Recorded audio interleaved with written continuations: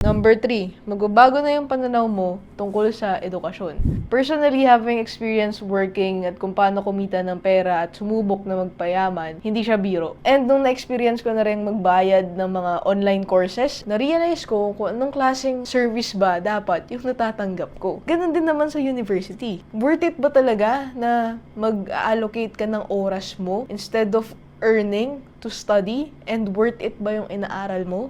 And kung nagbabayad ka ng tuition, worth it ba yung ganong kalaking tuition para sa ganong kalidad ng edukasyon at ng paaralan? If-factor in mo na talaga yung oras, pera at effort para lang makapag-aral ka. At kung paano mo to ipagsasabay kung nagtatrabaho ka rin. And especially if you have access to good education, hindi mo na siya matitake for granted. Number 4 is to enjoy. So, tama nga talaga yung sinasabi ng mga older generations na enjoy mo yung high school at college habang nandyan ka pa. Lalo na kapag hindi ka working student. Kasi grabe, sobrang magbabago talaga yung pananaw mo sa buhay kapag nakapagtrabaho ka na. Lalo na kapag ginagamit mo yun para makapag-survive at makapag-contribute sa household mo.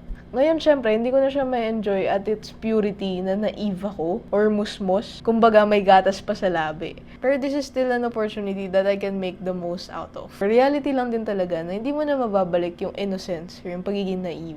We just enjoy what we can in the present. So, yun lang.